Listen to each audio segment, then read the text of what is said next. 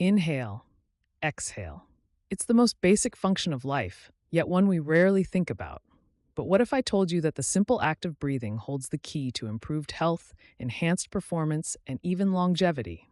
Welcome to the world of breath, the new science of a lost art by James Nestor. We're facing a silent epidemic.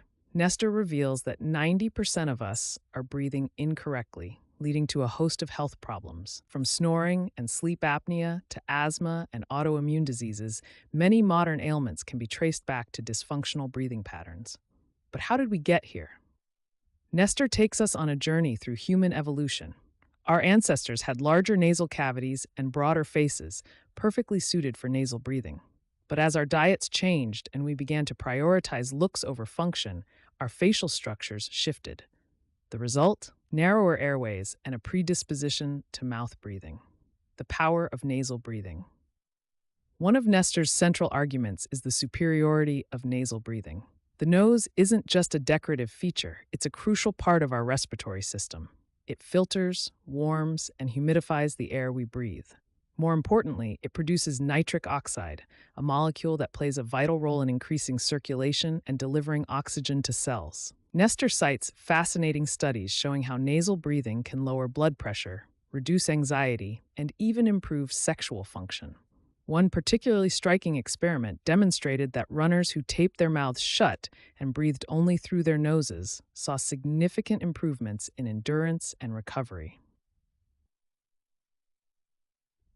Delving deeper into the science, Nestor explores the intricate relationship between breathing and body chemistry. He introduces us to the Bohr effect, named after the Nobel laureate Christian Bohr. This physiological phenomenon explains how the pH of our blood affects oxygen delivery to our tissues. Here's where it gets interesting. Carbon dioxide, often viewed as a waste product, is actually crucial for this process.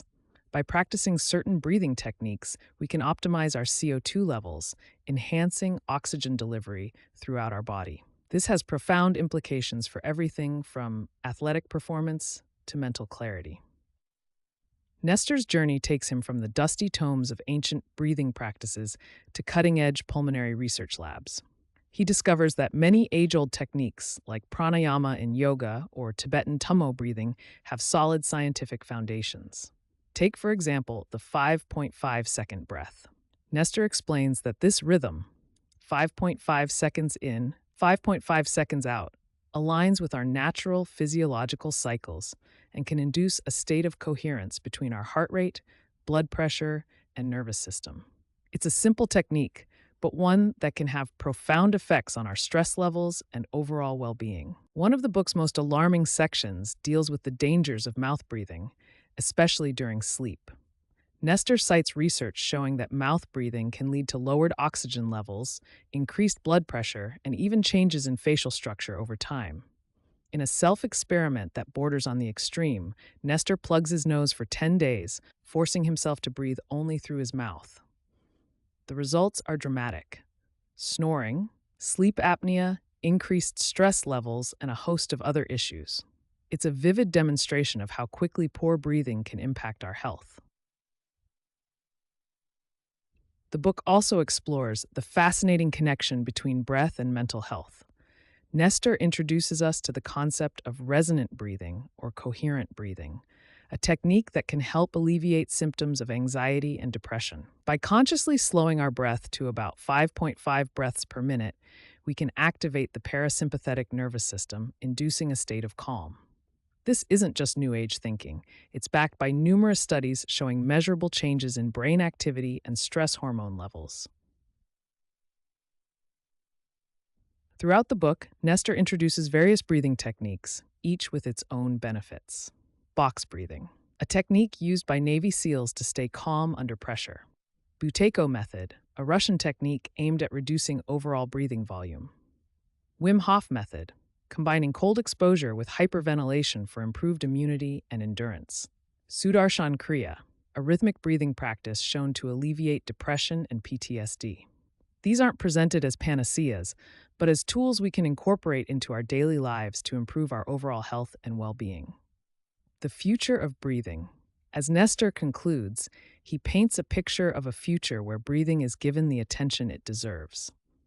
He envisions a world where children are taught proper breathing techniques in school, where doctors prescribe breathwork alongside traditional treatments, and where we all harness the power of our breath to live healthier, happier lives. Breath is more than just a book, it's a wake-up call. It reminds us that the key to better health might not lie in the latest fad diet or cutting-edge medication, but in something we do 25,000 times a day without even thinking about it. By becoming conscious of our breath, by learning to harness its power, we can tap into a tool for transformation that's been right under our noses all along. From reducing stress and improving sleep to boosting immune function and even reshaping our physical features, the potential of proper breathing is vast and largely untapped. As you listen to these words, take a moment to notice your own breath. Is it shallow or deep, through your nose or mouth, fast or slow? This awareness is the first step on a journey that could revolutionize your health and well-being. Remember, every breath is an opportunity to heal, to energize, to calm, to transform. So the next time you inhale, do it with intention. Because as James Nestor shows us in Breath, the New Science of a Lost Art, there's nothing more fundamental or more powerful than the air flowing in and out of your lungs right now. This expanded version provides more depth on key concepts from the book, including the science behind breathing techniques, the importance of nasal breathing, and the potential health impacts of different breathing patterns. Is this more in line with what you were looking for?